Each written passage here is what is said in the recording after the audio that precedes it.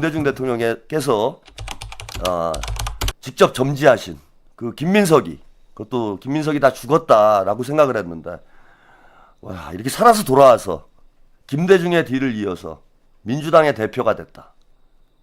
그리고 권노갑 고문께서 그런 얘기를 하던데, 권노갑 고문께서 이번에, 와, 저는 진짜 돌아가셨는 줄 알았어요. 사실은 동교동계 어르신들 다 돌아가신 줄 알았어.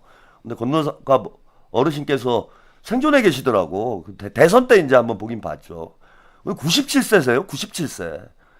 근데 저는 가슴이 너무 뭉클하더라고. 권노갑 우리 고모님이 그 당원대회 현장에 오셔가지고 서미화 의원의 손을 꼭 잡아주고, 또 김민석 대표와 또 친명 후보들을 응원을 해주시고, 그리고 오늘 그 추도 행사에도, 그 현충원에도 이제 함께 가셨죠. 가가지고 김민석 대표의 손을 딱 잡아주시고 하는데, 사실 이게 되게 가슴 아픈 사연이 있는 거잖아.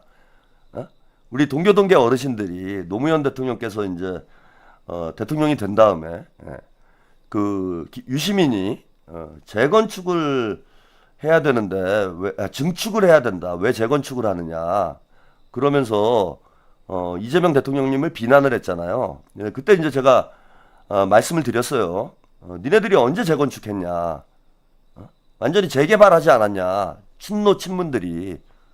그래서 동교동계를 완전히 뭐 그 생매장을 해버렸잖아. 고려장 해버렸잖아.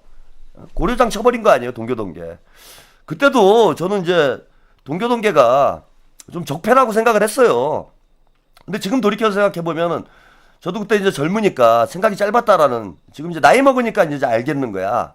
그때 생각이 짧았다라는 걸. 근데 유시민이 앞장서가지고 동교동계 우리 민주당의 어찌 보면 뿌리와 같은 분들을 다 고려장 시켜버린 게 유시민 아니야. 그 지들이 할 때는 개혁이고 혁신이고, 이재명이 하니까 재건축이고 배신이고 이런 거예요? 그 웃기는 소리인 거예요. 이게 진짜 저는 친문의 가훈이 내로남불 아니냐. 제가 이런 말씀을 드리는 이유가 여기 있어. 지들이 하면 로맨스야. 지들이 동교동계 고려장 할 때는, 그때는 혁신이고 개혁이었고, 이제 이재명 대통령과 뉴 이재명이 친문 세력들, 친문 적폐들이죠. 친문 적폐들 정리하려고 하니까 이거는 뭐 재건축이고 배신이고 이러고 욕을 합니까? 그때 자기들이 동교동계 쫓아낼 때, 그때 그게 개혁이었으면 지금 친문들 정리하는 것도 개혁인 거죠. 혁신인 거고.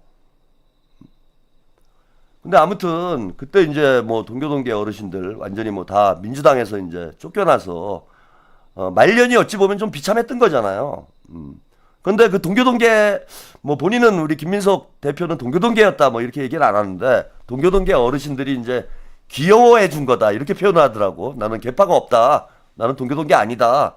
뭐 친문도 아니고 친노도 아니고 동교동계도 아니다. 뭐 이렇게 얘기를 하시는데, 근데 일반적으로야 뭐 김민석이 동교동계의 막내였다. 예?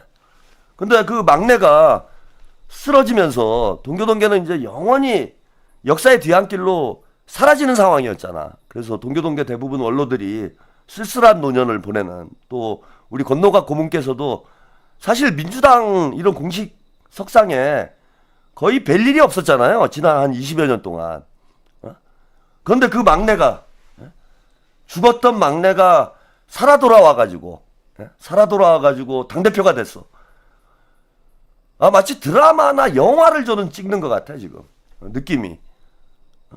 완전히 집안이 패가망신 해가지고, 이제 뿔뿔이 흩어지고, 그런 김대중의 유산이 과연 민주당에 남아있는가. 김대중의 이름을 파는 사람은 많죠. 근데 김대중의 정치, 김대중의 노선, 김대중의 정책을 가지고 민주당을 이끌어가는 정치인 누가 있어요? 없어요.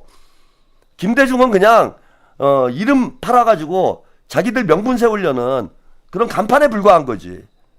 그런데 그 다 죽었던 김민석 막내가 살아 돌아와서 지금 당대표가 된 거예요.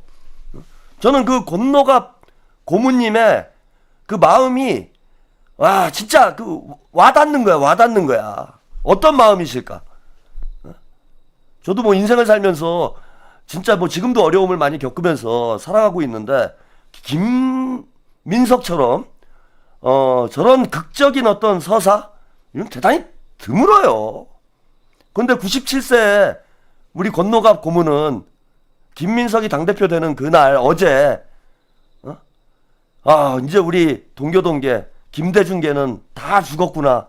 우리는 이제 끝났구나.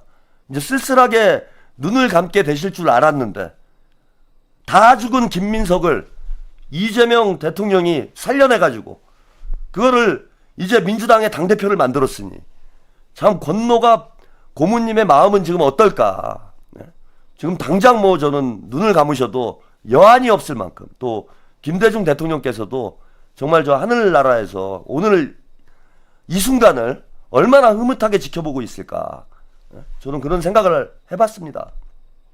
이철우님, 최평님 오늘 30대 초반 회사 동료가 뉴스를 보고서 김민석 보고 새 당대표 40대인 줄 알았대요.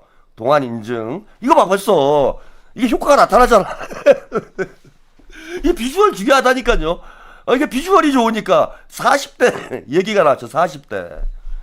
게다가 오늘 참 그 뒤에도 뭐 보여드리겠지만은 97세 권노갑 고문이 막내가 이제 60이 돼서 60이 돼가지고 오늘 뭐 그런 얘기 하더라고요. 나 60대야 뭐 그런 얘기 하시던데 저는 오늘 되게 뭉클하고 이거는 이제 민주당의 서사를 아시는 분들은 이 장면이 무엇을 의미하시는지 느끼셨을 거야 진짜. 근데 오늘 김민석 대표가 김대중 전 대통령의 추모 행사에 참석을 해서 감동적인 추도사를 낭독을 했습니다. 이거 좀 함께 보고 가시죠. 대통령님, 김민석입니다. 대통령님의 막내 비서실장이 대통령님 뒤를 이어 민주당 당대표가 되어 인사드립니다. 어제 민주당 대표가 되고 밤새 수해 현장을 다녀와 새벽 뜬 눈으로 추도사를 쓰며 설레고 설렜습니다. 오늘을 위해서도 어제 꼭 당선되고 싶었습니다. 기억나는 장면이 많습니다. 저도 잊었던 제 28 첫 낙선의 구체적 장면을 10여 년 후에도 기억해 주신 섬세함. 선배들과 치열하게 논쟁을 마친 제게 당에서 인물 났다고 할 거요 하고 격려해 주신 일. 정치인은 대내 투쟁도 치열하게 해야 한다고 당내 노선 정립의 중요성을 일깨워 주신 일. 2002년 단일화 이후 추락하고 18년 야인 생활의 중반에 섰던 40대 중반의 제게. 앞으로 40년은 정치를 더 할 테니 퇴수의 내공을 잘 닦으라 주신 말씀. 거인으로만 보였던 당신께서 불과 30대의 제게 언뜻 내비치셨던 인간적 연약함. 새정치국민회의로 집권하고 새천년 민주당을 창당하면서 민주당 이름을 되찾아 어린아이처럼 기뻐하시던 모습. 기억만으로도 제게는 특절이었습니다. 돌이켜보니 젊은 제게 참 많이 맡기셨습니다. 세대차를 넘어 비슷한 결론을 내릴 때가 많아 신기하곤 했습니다. 지금 이재명 대통령님과 느끼는 실사구시 민생 우선 사고의 공통성과 너무 비슷한 경험이었습니다. 그래서 대통령님의 비서실장이 이재명 대통령의 총리가 되었나 봅니다. 멋진 지도자는 있어도 그래서 대통령님처럼 존경받으며 선생님이라 불리운 이가 드문도 압니다.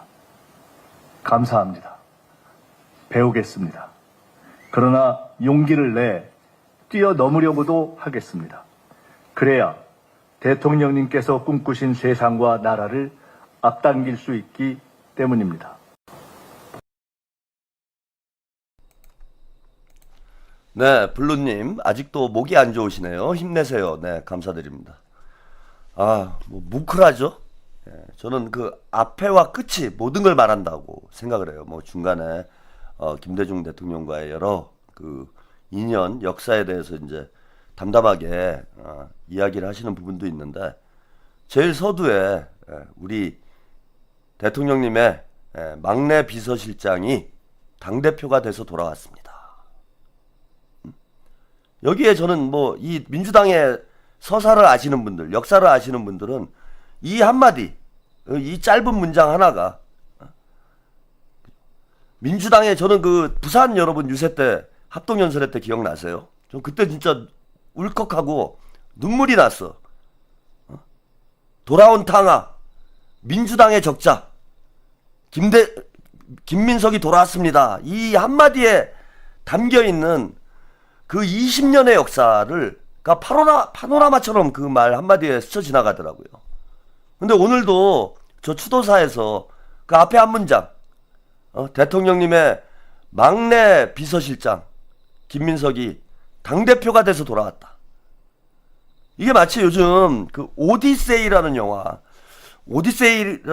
저도 이제 빨리 보고 싶은데 뭐 이게 예매도 하기가 힘들 정도여서 못 보고 있는데 그 오디세이아를 보는 것 같아요. 저는 오디세이아하고 너무 맞잖아. 그 오디세이아의 그 가장 감동적인 건 그 오디세우스가 그 수많은 난관을 극복을 해서 10년에 걸쳐서 귀향을 한다라는 스토리. 자신이 사랑하는 아내와 자식을 찾아서 수많은 그 시련들을 극복해서 기어이 귀향을 하는 스토리잖아요.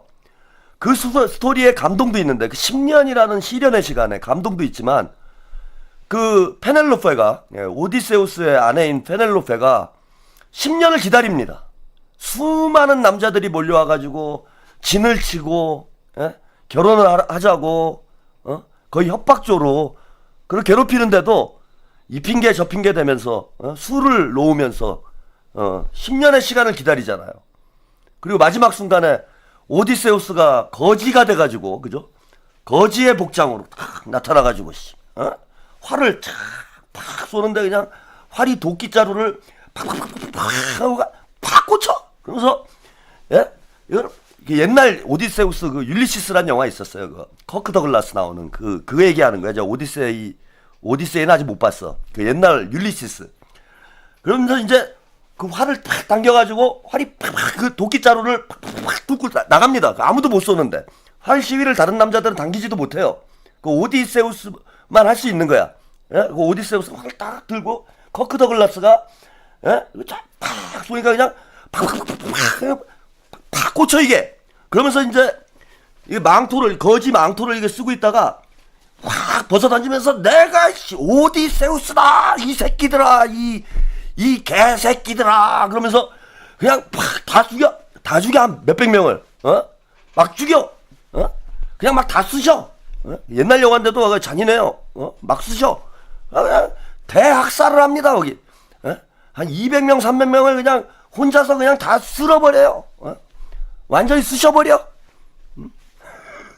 그러면서 어린 마음에 제가 그때 이제 어렸을 때 봤죠 그 명화극장에서 그러니까 옛날에 KBS 그 명화극장 있잖아 명화극장에서 어렸을 때 봤는데 그 어린 마음에 10대 때 제가 그 초등학생 때죠 와 씨발 와 나도 저 너무 멋있다 나도 다 죽여버려야지 이런 꿈을 꿨던 그런 때가 있었습니다. 그게 이제 오디세이가 그 비슷할 거예요 지금 뭐 원전의 스토리가 크게 달라지는 건 없잖아.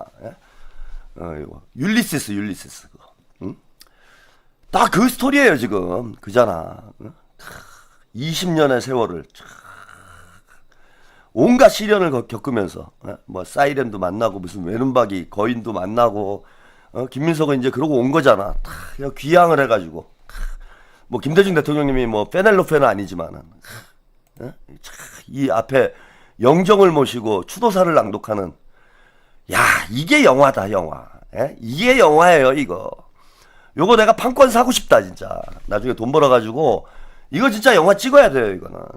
대한민국에 이제 뛰어난 영화 감독들이 많으신데 요 오늘 우리 시청자 여러분들 중에 영화 감독 뭐 이런 분들 뭐 그런 분들도 많이 보세요. 많이 보셨으면은 요 스토리 이거 사야 돼요. 이거 넷플릭스로 요거 한 8부작 정도.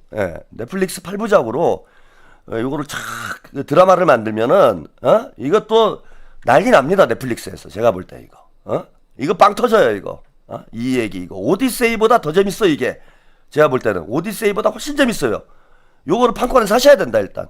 그리고 정치인이기 때문에 그 판권 비싸게 안 사 이거. 지금 당대표니까 계속 선거에 나와야 되잖아. 말만 잘하면은 공으로 먹을 수 있어요 이거. 공으로. 예? 이 좋은 드라마 판권을.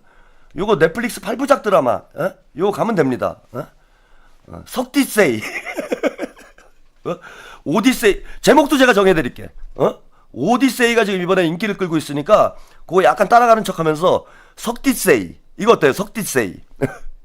예, 박재은님, 김대중 대통령께서 생전에 현재보다 100년 후에 국민들로부터 인정받고 그리워하는 대통령이 되고 싶다고 하셨는데 세월이 흐를수록 큰 어른이다 싶네요. 그러게 말입니다. 김대중이 뭐 다시 돌아온 거죠, 진짜. 다시 돌아온 거예요. 그리고 이제 마지막 문장.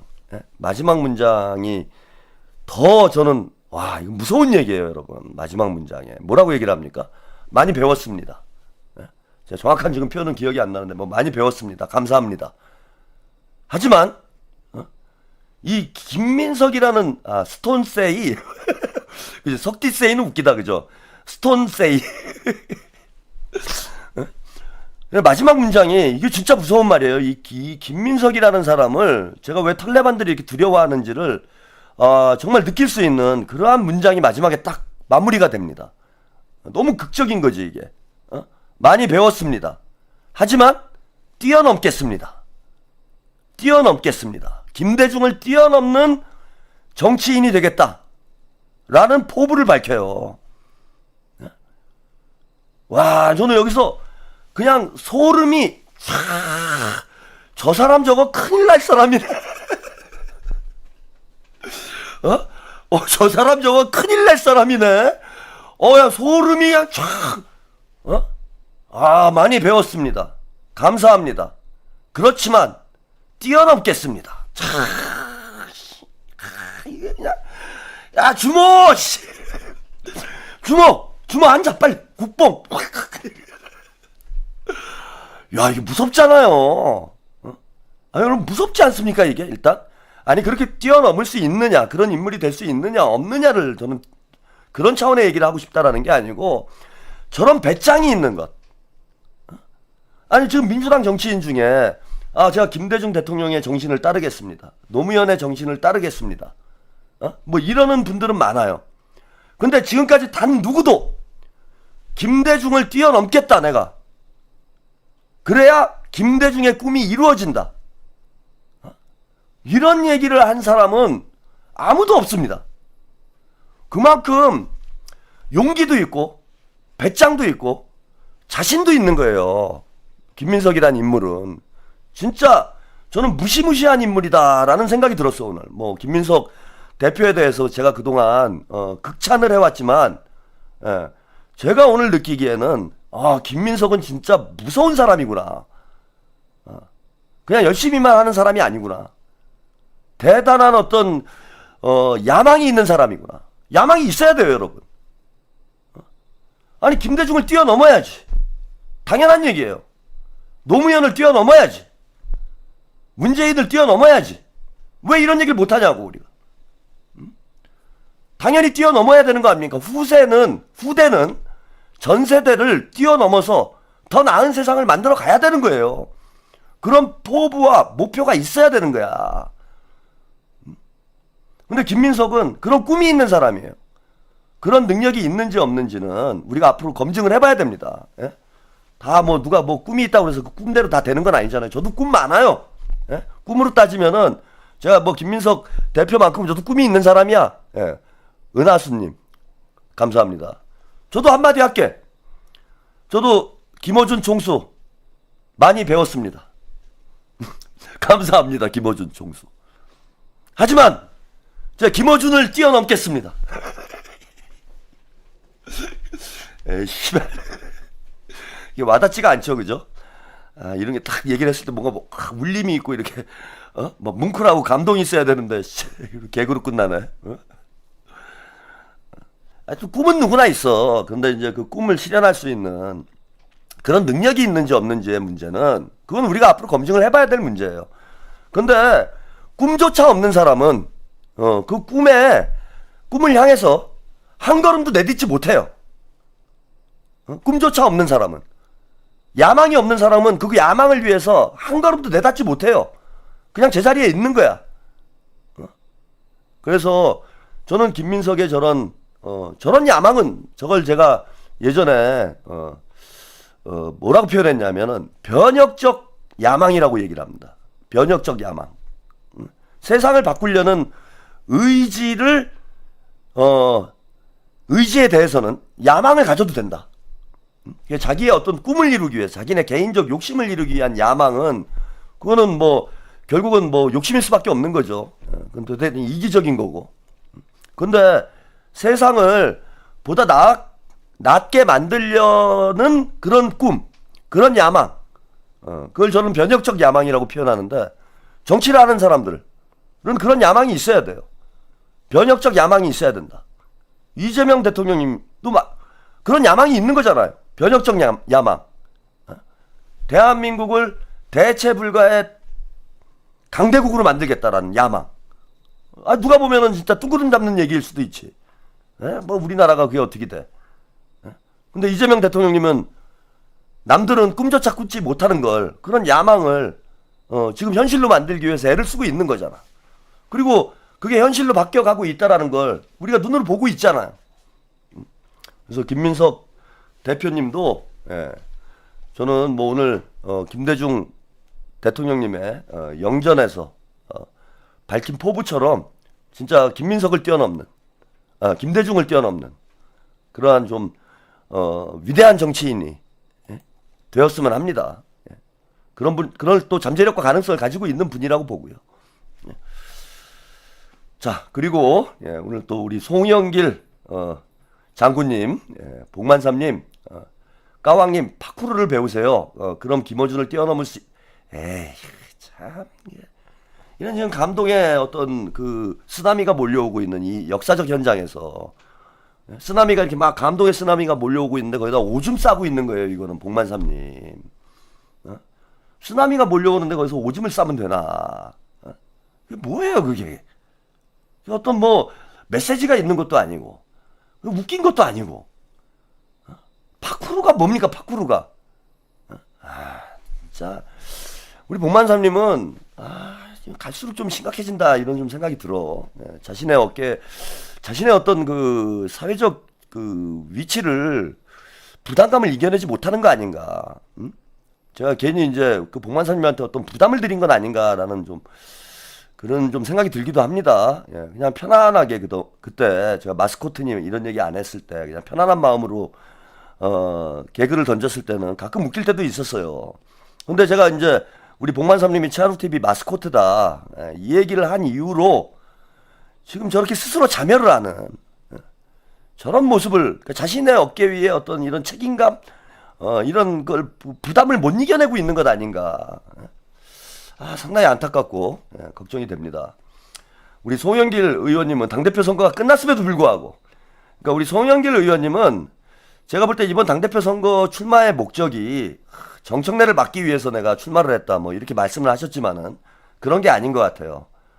이번에 내가 한번 제대로 인기를 끌어보겠다. 그러니까 인기 관리 차원에서 이번에 송영길 후보님이 출마를 했던 건 아닌가라는 의구심을 갖는 게, 당대표가 끝났음에도 불구하고, 정청래는 이미 장례식까지 마무리를 했음에도 불구하고 죽은 사람한테 계속 물병을 던지고 있습니다. 우리 송영길 의원께서 오늘도 한마디 하셨어요.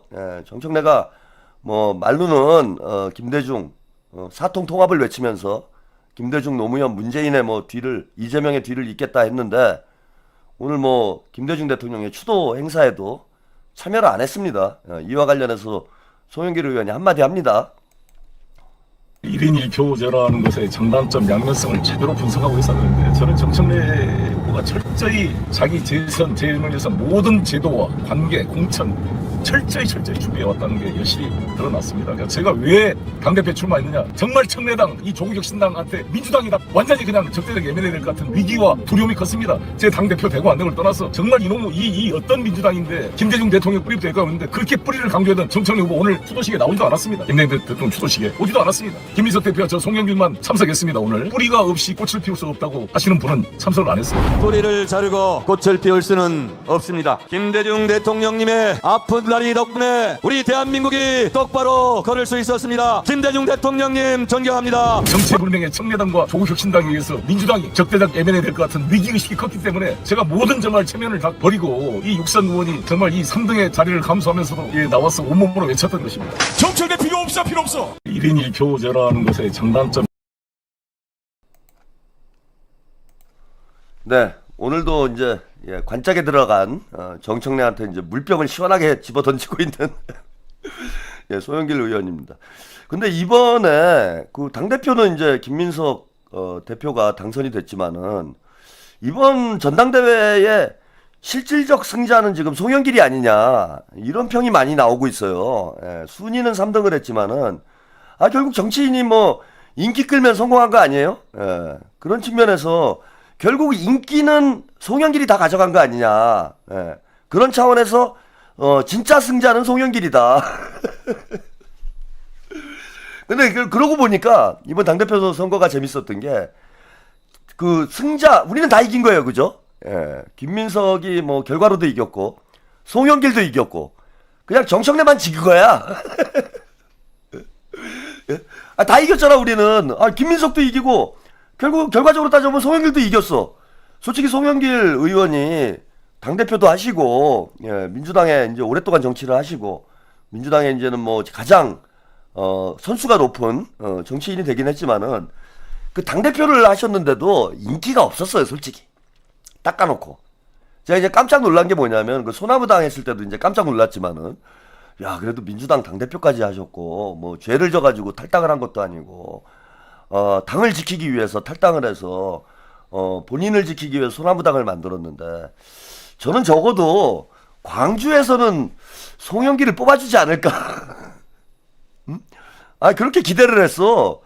근데 광주에서 뭐 10몇 % 나오더라고. 그래서 이거 송영길 의원이 생각보다 이게 인기가 없으시구나. 뭐 그런 생각을 했는데 그 전에 대선 때 그 소영길 의원이 뭐 기회가 있을 때마다 얘기하는 그 쇠망치 맞았잖아요. 쇠망치.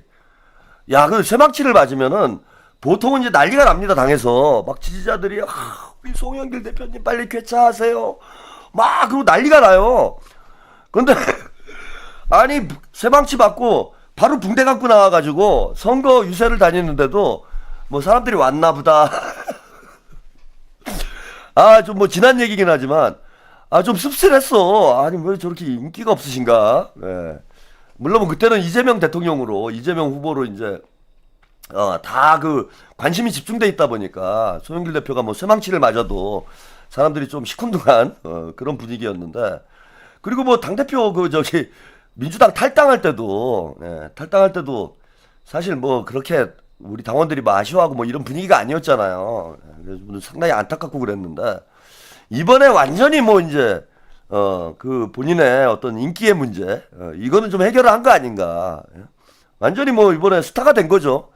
그러니까 스타성은 약했어 사실은. 소영길 의원이 뭐 머리도 좋으시고 정치도 진정성 있게 잘하시고 또 검소하게 생활하시고 뭐 아직까지 집도 없잖아요. 뭐 좋은 분인데 스타성이 좀 약한 게 그동안 좀 문제가 아니었나 그런 생각을 했는데 이번에 확실히 스타성이 생겼다. 팬층이 확실히 굳어졌어요. 그래서 저는 송영길 의원이 과연 이제 대선 주자 그룹에 들어갈 수 있을 것인가? 이것은 이 물음표가 있었는데 지금으로 봐서는 송영길도 이제는 민주당의 대선 주자 그룹에 당당히 이제 들어가는 상황. 또 강한 어떤 그 팬덤이 생기기 시작했다라는 거. 이게 좀 큰 성과가 아닌가. 그래서 송영길 의원이 뭐 겉으로는 좀 정치적으로 손해 본 것 같지만은 근데 정치인들이 이걸 좀 배워야 될 것 같아요. 정치인은 손해를 보는 게 이익이 되는 거예요. 정치는. 뭐 다른 비즈니스는 안 그러잖아. 근데 정치는 겉으로는 손해를 보는 것 같지만 손해 보는 일을 하는 게 나중에는 정치적 자산이 되는 경우들이 많습니다. 그 대표적인 경우가 사실은 뭐 이른바 우리가 노무현 정신이라고 하는데 지역주의의 장벽을 깨기 위해서 부산에 노무현 대통령이 출마한 거. 겉으로 보면 손해보는 일이죠. 겉으로 보면 손해보는 일이에요. 금배지를 못 따니까. 근데 그게 나중에 차곡차곡 정치적 자산으로 쌓여서 결국은 대통령의 위치까지 올라가게 되잖아요. 근데 정치인은 손해보는 일을 잘해야 돼요. 손해보는 일을. 손해볼 줄 아는 사람이 사실 제일 영리한 정치인이에요.